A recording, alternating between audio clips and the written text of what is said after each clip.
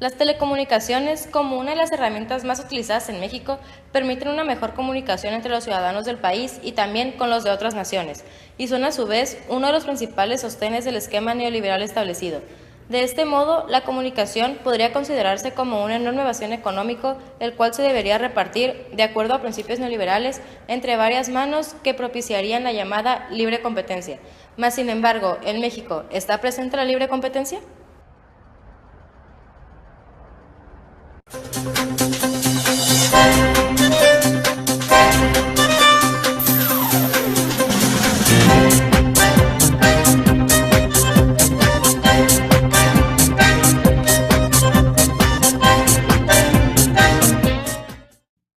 Buenos días, compañeros. Nosotros hablaremos sobre la libre competencia, el segundo principio del modelo neoliberal. Bueno, comencemos. La libre competencia es uno de los pilares más básicos del neoliberalismo, el sistema económico que actualmente se usa en México, ya que ésta garantiza el pleno y natural desarrollo de la economía, principalmente porque todos los movimientos fiscales son realizados por sujetos ajenos al Estado, es decir, por el sector privado. Para ello, el Estado también debe renunciar a su participación en el mercado, para que todos los ciudadanos, sin excepción alguna, puedan participar sin ningún tipo de obstáculo. De esta forma, la libre competencia garantiza productos de alta calidad, de bajos costos de producción y diversificados, los cuales satisfarían las grandes exigencias del mercado. Ahora pasaremos con mis compañeros Emilio Mármol, Mariano Sánchez y Joaquín Rodríguez para que les comenten un poco más acerca de este principio. Bueno, muchas gracias, compañera Inés. Continuamos. Sin embargo, los efectos de la libre competencia en México no son muy apreciables, principalmente por su lento crecimiento económico, desde que estableció el neoliberalismo en la década de los 80. Pero lo que afecta en gran medida a la libre competencia en México son los monopolios.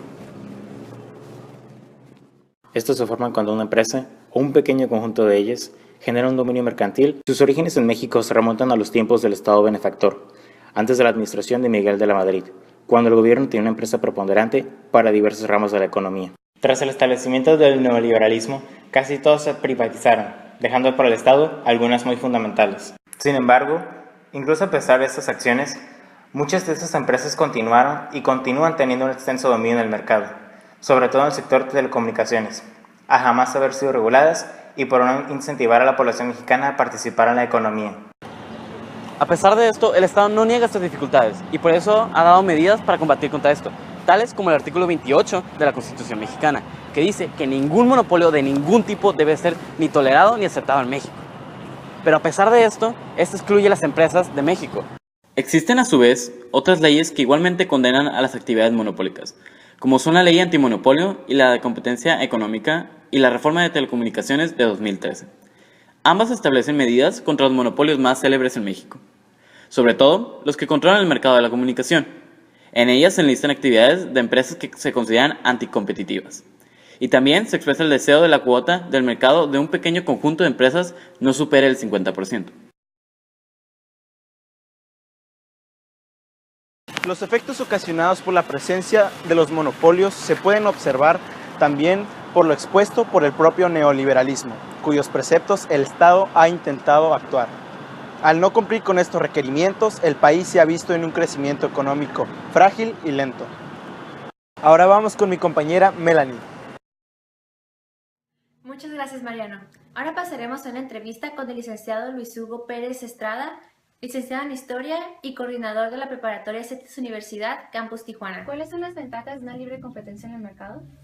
Yo creo que son fundamentalmente dos ventajas. Una de ellas es la competitividad y lo que lleva consecuentemente a tener productos con precios no tan elevados. Me parece que serían dos de las grandes ventajas.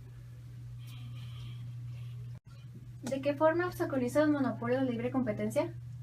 Pues simplemente no la permiten porque el monopolio produce, distribuye, es un ciclo completo, y al ser un ciclo completo evidentemente no habrá competencia. Al no haber competencia, imagínate el impacto para empresas pequeñas, medianas, que no puedan competir con las grandes empresas que monopolizan la actividad económica o de un país o de una región. Es una situación que no se debe favorecer. Desafortunadamente sabemos que puede ocurrir o está ocurriendo.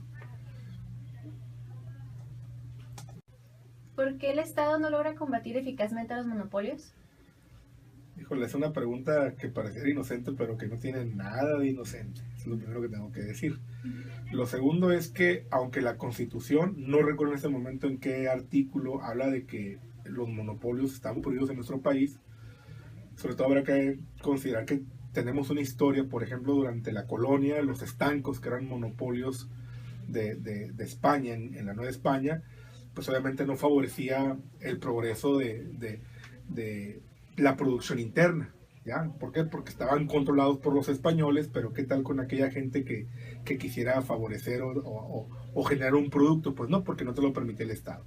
Si nos venimos al presente y hablamos ahora ya de conceptos nuevos como modelo neoliberal, por ejemplo, encontramos pues grandes contradicciones, ¿no? O sea, a fin de cuentas somos un país que depende como los demás países de otros países, y curiosamente encontramos que el mismo gobierno puede tender a favorecer los monopolios en el momento en que da cabida de forma libre y tal vez muy abierta a grandes empresas transnacionales. Entonces, quieras o no, estas empresas con mayor capital, con mayor recurso, inversiones fuertes, pues van poco a poco con sus estrategias, pues monopolizando y controlando los mercados internos y desplazando a las pequeñas, a las medianas empresas que puedan existir. Entonces, de alguna forma, por una parte nuestra Constitución dice que no, pero por la otra la realidad pareciera que el gobierno favorece y propicia, ¿no? Y a fin de cuentas lo que le pasa a nuestro país, la verdad que es algo que le pasa a muchos países, obviamente que no son potencias o que no están suficientemente desarrollados.